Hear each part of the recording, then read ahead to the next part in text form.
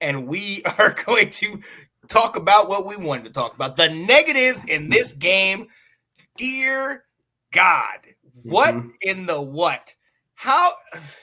First and foremost, you give up 22 and not even 3 touchdowns. I'm talking about unconventional. I'm talking about you give up a safety. I'm talking about they get a field goal. They get it to you. Different situations. They're just. I mean, we looked that first play that Amon-Ra cuts across the middle, wide open. Nobody in front or in back was 10 yards close to him. This guy broke out there, and it's crazy. You're used to watching it on TV where you have to wait for the camera to cut to it. When you're watching it from we were in the end zone and they were going away from us. You just saw it happen. You saw him cut inside, and you were just like, "Oh my God, he's wide open." No one's following him. Nobody was following, and it was just like, "Please stop him! Please stop him! Please stop!" And you're just sinking in your seat. It was whatever happened. It was completely blown, and go in the next drive. That run from Swift, the run is set to go to the right. He kind of cuts back, and you see the hole. I mean, they talk, you always hear the commentators talk about, he could have run a Mack truck through there. Yeah, that thing opened up, and he spit right out to the other side. And then the first thing you think is, where's the secondary help? Where is the safety? And he's just off to the races. And it's like, who's filling the gaps? Right. You know what I mean? So, among other things, that's where I'm going to start. We allowed those big gash plays in the second half. We're sitting here coming back. We get up there, it's 29-21. And all of a sudden, we give up a reverse to St. Brown that goes for 50. Yeah. You know what I mean? And then on that drive, the touchdown we talked about where they threw it to him, we actually had him kind of, bracketed. He falls down. It was 3rd and 13. Nobody can make the play on that. What? Like that, and I'm telling you, Will, watching it in person is almost like slow motion because he's like, all right, you throw it. Okay. Oh, he's going down. Okay. We got him. Just touch him. Okay. He got back up. All right. Just tackle him. Okay. Tackle him. Oh, I feel like Ab, like, what are y'all doing? And obviously, that's where you see that scene of me putting my hand in my, It was the right reaction, man. It was rough, man. It was rough. But as whatever positive I did say about the defense, at next play, it was just like, dude, we can't stop anything. We can't stop the run. We can't stop the pass. What are y'all doing? It was frustrating, man. Yeah, absolutely. Yeah, I saw it as a collective failure by all 3 phases: offense, defense, special teams, players, and coaches. All at some point throughout the game, they all failed miserably in their jobs, and it led to monumental mistakes out there. Let's start on offense. Like and we're going to get into coaching, so I want to keep this kind of high level. But we're talking about some of the plays that we were running in those first couple drives and how long they were taken to develop. How we kept going back to running the ball when that wasn't happening, when their defense was just so hyped up. It didn't make sense that was our game plan. It was, we were talking about it during the game. We're like, what are we doing? What is the strategy here? So there was that on offense. The offensive line was atrocious at times, not giving Carson any time, and you got eventually, I know the play I was thinking about is we ran a trick play. Okay. And we threw it out to Cam Sims. There's only 2 receivers running this route. Okay. And when Carson throws it and the ball lands in the middle of the field, Cam Sims is running towards the sidelines, not paying attention. And it's like, we're even trying to find a spark, and that's not even working because somehow the players don't know what's going on out here. Cam Sims doesn't even know the ball's coming to him. It's like you had to have practiced that during the week. You don't just all of a sudden throw this up. You practice these plays because you see something. How did you not think the ball might be coming your way? All this time that, we say he's got to be given a chance. Well, There was his chance, So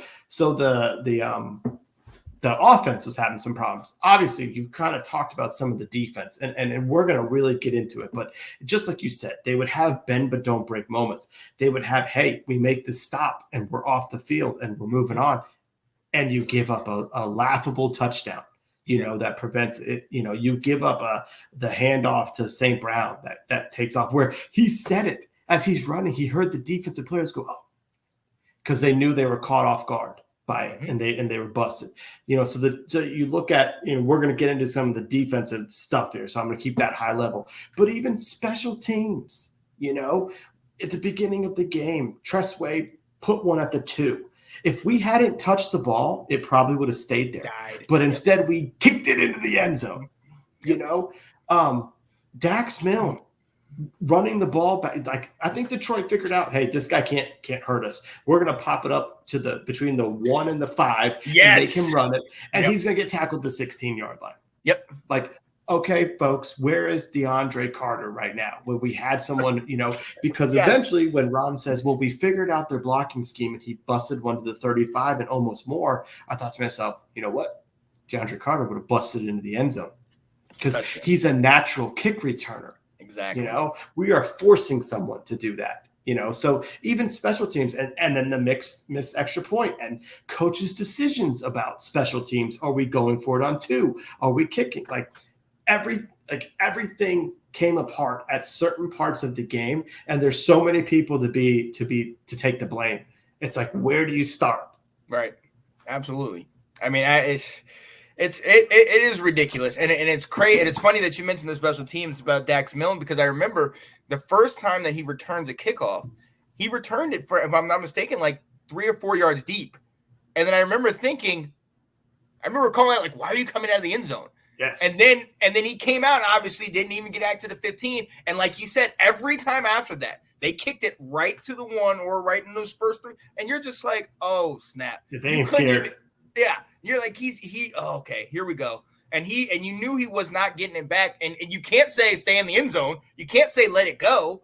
But at the same time, it's like it was a smart by them, and by us, it's ridiculous. And then that begot poor field position, and that was one of the things that really killed us in that first half. Our average start was inside our own 20.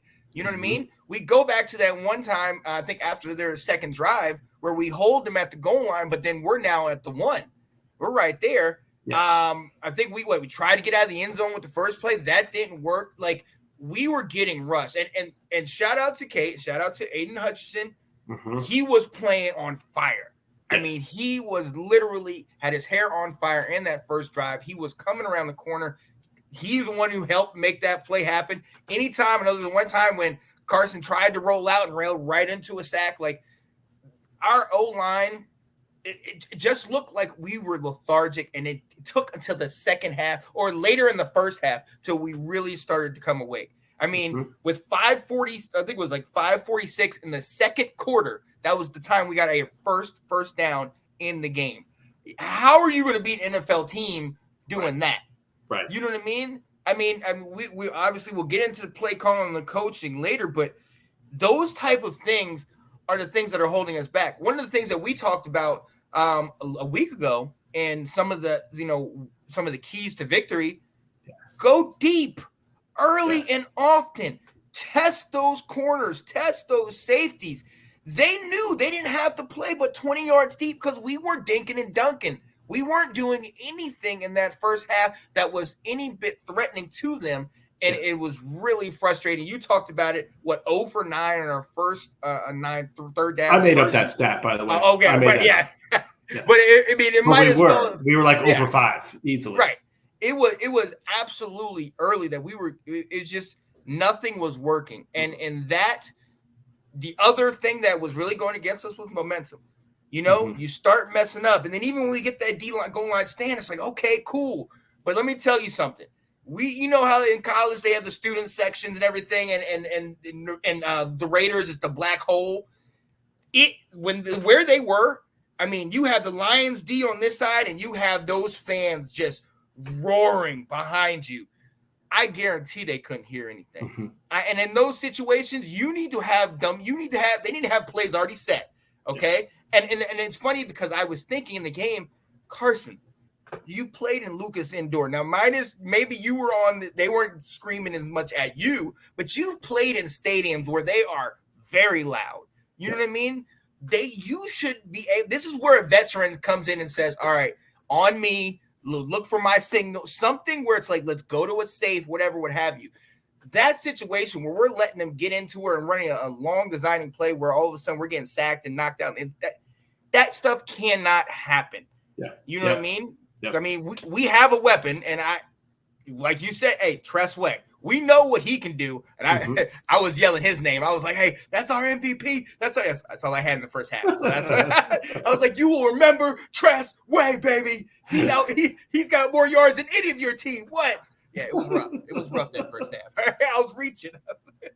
But, I mean, honestly, our offense was behind the 8 ball the whole first half. Yes. And I mean, and that's why I kind of tried to lean to that bend but don't break for our defense, because they were put into a lot of situations that they could not manage. They could not handle, and eventually the dam is going to burst, as it did. You know what I mean? But you know, that we really have got to get it together as far as starting earlier, starting faster. Right. One of the things that we mentioned, we need to get that thing going. They almost doubled us up on running game. I think they had like 190 yards on the ground, and we had 88 or something like that. You know what I mean? Gibson had like 20 yards on the ground. We talked about, I've talked about this all off season. We need to establish that run. There is no threat from the running game. There is little to no threat, especially in that first half, from the passing game. They were playing with house money, and they really looked. They looked like they knew what was going on, and they let us have it. It was rough, man. Oh my goodness, it was rough. Come on, yeah. I told Trisha, I was like, oh my God. I was like, Sean's at this game. I was like, I can't believe that. Rough. It was so rough. And look, and I gotta say, the Lions fans, I got most of my heat from the people that I came with. Okay.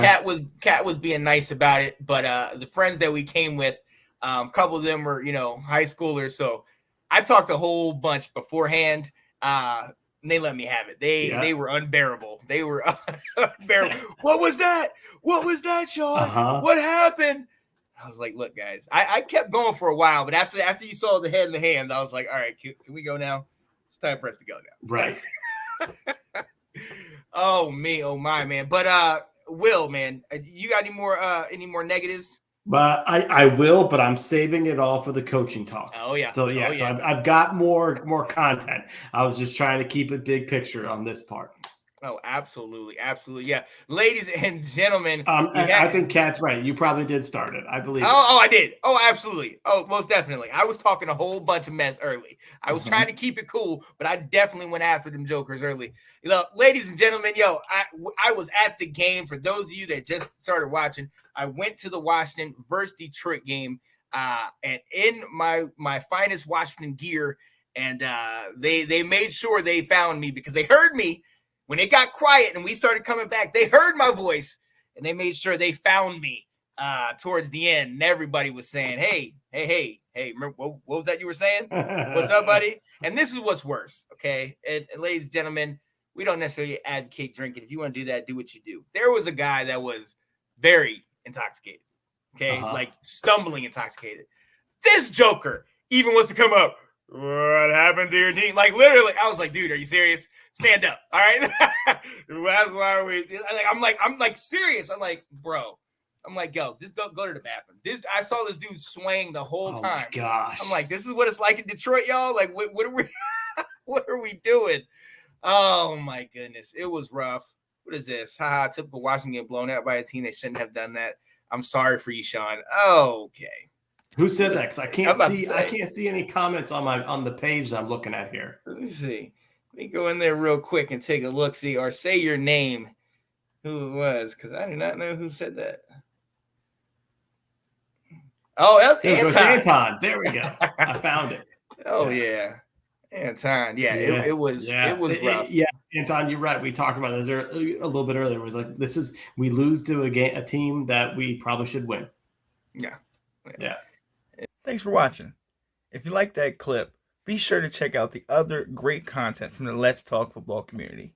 And as always, please like, subscribe, and hit that notification bell so you'll be notified when more great content like this becomes available.